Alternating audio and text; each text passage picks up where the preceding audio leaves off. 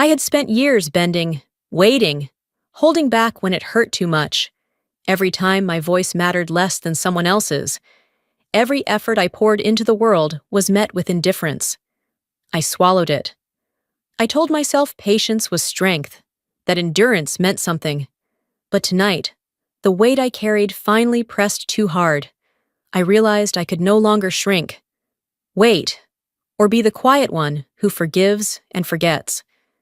Something had to shift, and the people who have spent a lifetime underestimating me, they have no idea what's coming next. I stepped onto the patio, feeling the weight of every expectation I had carried for years. The late afternoon sun poured across the manicured lawn, glinting off the polished Tesla parked by the pool, a silent reminder of accomplishments everyone seemed to celebrate but me. Logan moved through the crowd with that effortless charm, recounting the latest milestones of his startup while laughter followed every boast. His words brushed past me like a breeze, light and casual, yet sharp enough to reopen old wounds I had learned to carry quietly. My parents sat nearby, faces lit with pride at every smile he threw their way, oblivious to the tension knotting my chest. Years of invisible effort, late nights, and meticulous planning seemed to evaporate in the space between Logan's jokes and my parents' applause. I remembered every Sunday dinner, the quiet sinking feeling of offering myself, my ideas, and seeing them drift past unnoticed. Each nod for him, each dismissive glance at me, carved a memory that throbbed even now. I raised my glass, not to toast, but to steady the tremor of awareness creeping up my arms. Every detail around me, the wide patio, the glimmering pool, the neatly aligned chairs, the muted hum of conversation, felt like a stage built for someone else's triumph. I could sense the old familiar ache, the quiet pressure that had shaped my patience into armor. Yet beneath it all, the tension coiled tight, and I knew that the time for quiet observation was ending. Something inside me shifted, a deliberate, controlled acknowledgement that the balance was about to tilt, and the current order of things would not last. The room was silent except for the low hum of the air scrubbers. Every step I took echoed softly against the metal floor as I sifted through the encrypted emails, transaction logs, and classified documents stacked on the console. No windows, phones locked in a box at the door, everything designed to keep the outside world out and the truth in. As I cross-referenced the ledgers, a pattern emerged that made my stomach tighten. Logan had been routing controlled technology through a network of shell corporations overseas, each transfer meticulously disguised but traceable to a single chain of violations. The implications were staggering. Not only was he skirting the Arms Export Control Act, but he was also engaging in wire fraud on a scale that would draw federal attention instantly. I grabbed my phone, hesitating only briefly before dialing home. Each ring tightened the pit in my chest. When my mother answered, her tone light and distracted, she waved off my concerns. Robert laughed softly in the background, oblivious, praising Logan for yet another achievement in the startup world. My words, carefully chosen, fell like whispers in a storm that no one noticed. The contrast was crushing. Here I was, armed with evidence that could jeopardize lives and national security, while my warnings were treated as inconsequential chatter.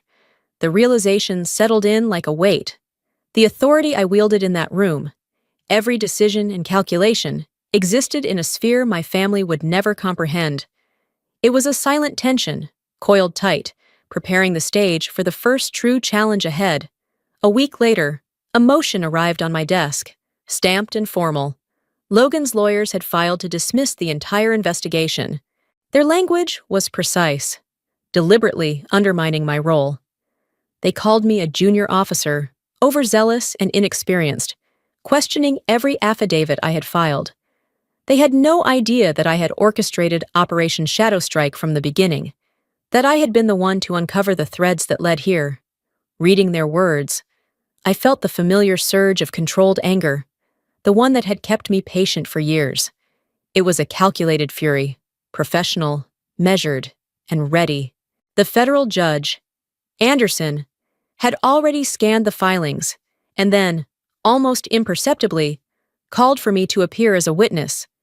The summons hit the table with authority, but it was more than just a procedural move.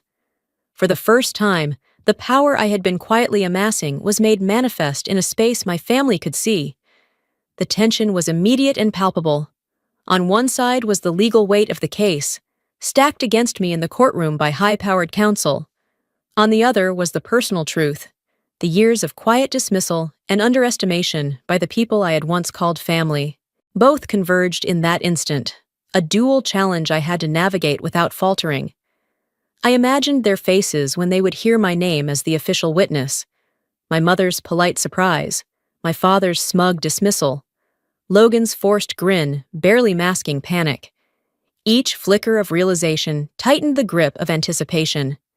Everything I had endured, the sidelining, the overlooked effort, the invisible labor, was about to collide with the exposure of my authority. And for the first time, the old balance, the one that had allowed them to underestimate me for years, was about to fracture. I walked into the federal courthouse in Los Angeles, every step measured, uniform pressed and polished, rank sharp against the tailored fabric. Each movement was deliberate, each glance calculated as I scanned the room for every subtle reaction. My parents were seated in the gallery, faces bright with pride as they watched Logan navigate the space with effortless charm, completely unaware of the storm I carried with me. In their eyes, I had always been background noise, an observer to his achievements, invisible until now. Logan's grin was forced, his voice light but edged with a sharpness I had learned to feel in my bones, suggesting I might be out of my depth, incapable of impacting anything that mattered. The marble floors reflected the sunlight spilling through the tall courthouse windows, while U.S. Marshals stood rigid, gavel resting before the judge, reinforcing the gravity of the chamber. Every detail, from the polished wood of the bench to the echo of footsteps in the hall, heightened the tension. The opposing counsel leaned forward, emphasizing my alleged inexperience, calling me a junior officer, unqualified, as if the words alone could diminish years of meticulous work and careful calculation. I arranged the affidavit and slides, reviewing the sequence of evidence I would present. Each server log encoded transaction, a precise stroke in a larger picture, only I had pieced together.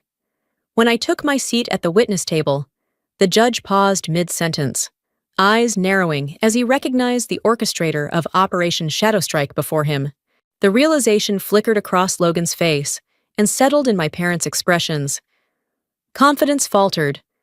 The room seemed to hold its breath as I prepared for what would come next. I began laying out the affidavit, every page accounted for, every transaction, every server log, every encoded transfer described with precision. The room shifted, the weight of what I had uncovered pressing against every listener. Logan's attorney attempted interruptions, calling for additional witnesses, hoping to scatter the narrative, but I dismantled each point with technical mastery and calm authority, leaving the courtroom silent in its wake. The judge refused the motion to dismiss, asserting my role as the primary witness, confirming my authority in front of all present. My parents' eyes widened with the slow dawning of recognition, their former certainty giving way to awe and apprehension. Logan's confident mask cracked, a tremor in his hand. A subtle hitch in his voice betrayed the panic he could no longer conceal. I methodically outlined every violation, each one exposing not only the scope of the misconduct, but also the fragility of the family's assumptions. My gaze met my parents', and in that brief, measured connection, I saw the collapse of old hierarchies, the quiet acknowledgement that the balance had shifted irrevocably. The marble walls, the polished gavel, the U.S. Marshals standing at attention, all reinforced the seriousness of the moment, while Logan's suit, once a symbol of untouchable success, seemed suddenly ill-fitted and hollow. I understood the full weight of my position, their past dismissals, the long-standing biases, and my quiet endurance, all coalescing into a single, undeniable presence. The tension stretched taut, every heartbeat in the room synchronized to the revelation that I had always been underestimated. And yet, here I was, in control. I stood at the witness table, uniform crisp, rank clearly visible, posture deliberate. My eyes swept the courtroom, taking in every detail, the slight widen of my parents' eyes, Logan's barely concealed tremor, the subtle shift in his attorney's stance. The weight of what I carried was silent but palpable, each fact I was about to lay bare sharpening the tension in the room. I began with the transactions, each server log, the encrypted communications, the coded pathways Logan had used through shell corporations to funnel military-grade technology abroad. Every line I read was precise, calculated, leaving no room for ambiguity or misinterpretation. Each piece of evidence layered upon the last, a web of irrefutable connections that could not be ignored. The attorney attempted interruptions, calling for additional witnesses, trying to scatter the narrative, to destabilize the presentation. I navigated around each intrusion, methodically dismantling their arguments with knowledge honed over years. Every assertion backed by documentation, every explanation airtight. The courtroom stilled, the pressure mounting not just on Logan, but on the very perception of what they had believed about me for so long. Through the lens of my own perception, I saw my parents struggling to hide the shock in their expressions, their previous confidence cracking under the realization of what had always been overlooked. Their unspoken astonishment spoke volumes, revealing a bias and certainty long held and now quietly collapsing. The judge banged the gavel, calling me to continue with a firm authority that left no room for evasion, confirming my role as the primary witness. Logan's face betrayed a subtle panic, his hands gripping documents that now felt useless. Drops of sweat ran down his temple as every piece of evidence I presented tightened the noose around his narrative, leaving him exposed and vulnerable, unable to regain control. I pressed on, outlining every detail of the affidavit, explaining the flow of LAR technology, tracing each wire transfer, enumerating the violations of the Arms Export Control Act. My voice remained steady, precise, measured, the authority in every word undeniable. The realization hit my parents like a sudden gust of wind. The confidence they had always projected for Logan wavered and broke, replaced by awe, uncertainty, and quiet fear. They were witnessing for the first time the scope of my expertise, the depth of what had been quietly building for years. Logan's composure faltered entirely. His confident facade dissolved, fingers trembled, face pale, voice uncertain. Every tactic to contest or distract failed as I methodically laid out each flaw in his story, each inconsistency, each legal misstep. The authority that had been mine quietly but firmly claimed the space, reshaping the room and the perception of everyone within it. I looked directly at my parents, eyes cold yet measured, taking in the full scope of their shock. Their disbelief mirrored the unraveling of assumptions they had built over decades. The balance had shifted irrevocably.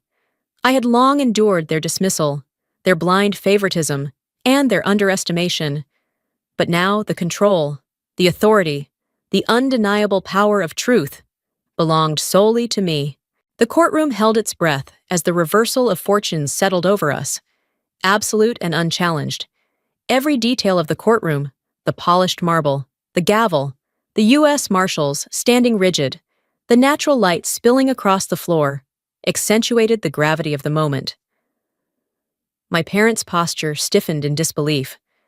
Logan's expensive suit seemed suddenly hollow, and I, standing firmly in the center, felt the full weight and satisfaction of an equilibrium finally restored, both legally and emotionally. I stood at the witness table, the affidavit open before me, each line of data precise and complete. I spoke steadily, walking the courtroom through every transaction, every encoded transfer, and the violations of the Arms Export Control Act, tracing the full path of the LAR technology from the shell companies abroad. My hand rested firmly on the stack of documents, my gaze unwavering, my voice cold but deliberate, leaving no room for misinterpretation. The room was hushed, The only sounds the occasional gavel tap and the hum of the microphone.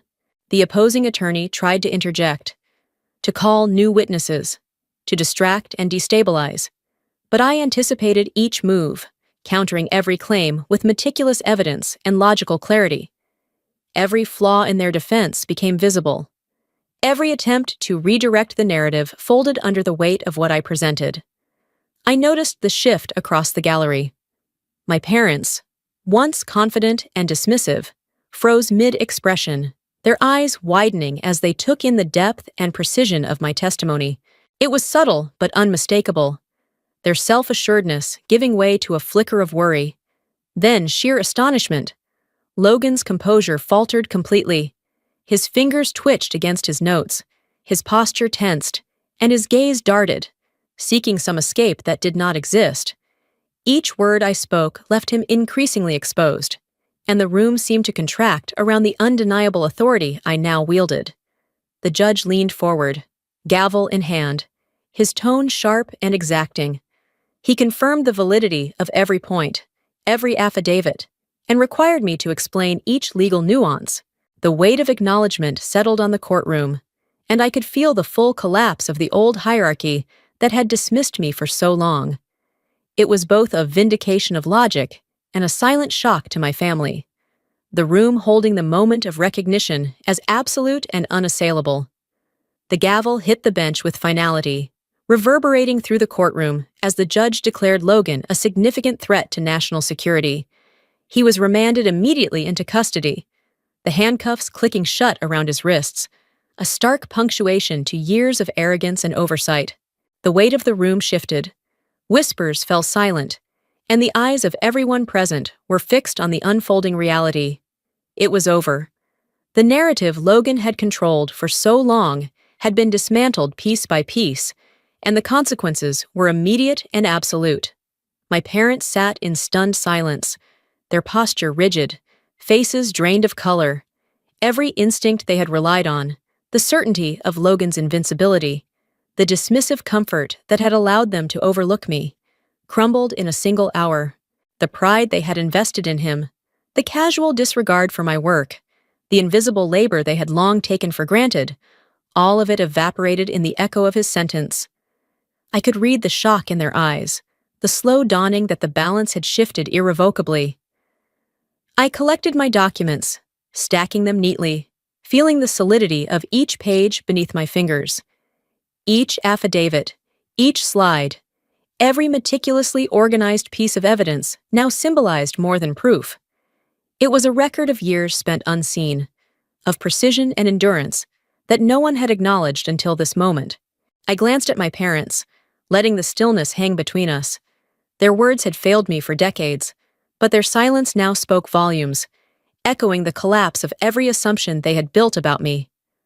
Later, an email arrived from them, brief, polite, almost trembling with hesitation. They expressed pride, a recognition they had withheld for far too long. I read it carefully, the words crisp and formal, but the emotion behind them was clear.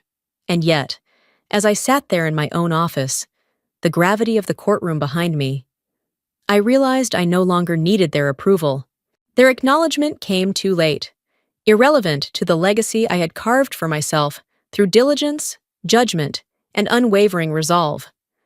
For the first time, I felt fully in control of my story, my authority unchallenged. The courtroom had validated the truth of my work, but the deeper affirmation came from within. I was no longer subject to the whims of their admiration or the uneven scales of family favoritism.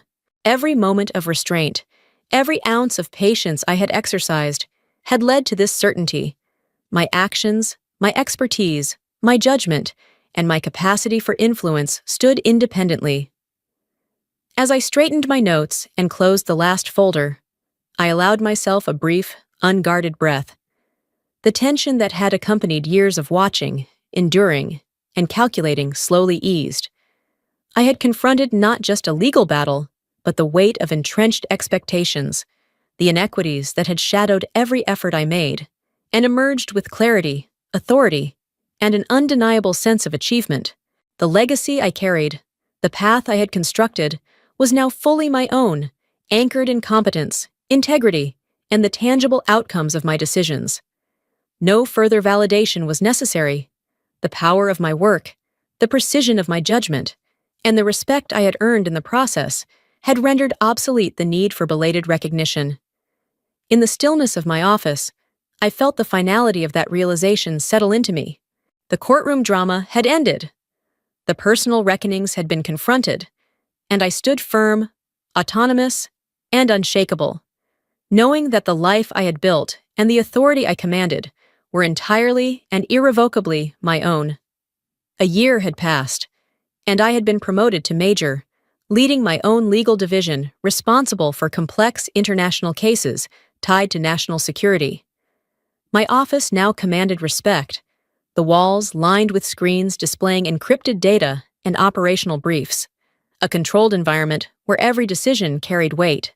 I stood before 30 sharp, attentive recruits, guiding them through the legal frameworks established during Operation Shadow Strike.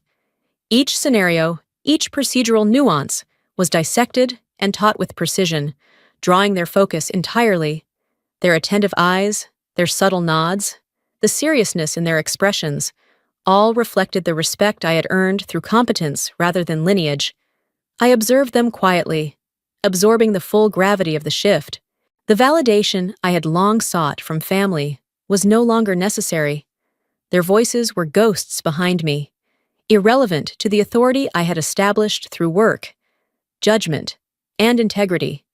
The sunlight streaming through the modern classroom windows illuminated the room, highlighting every focused face, every attentive gesture, underscoring the reality of the legacy I had built.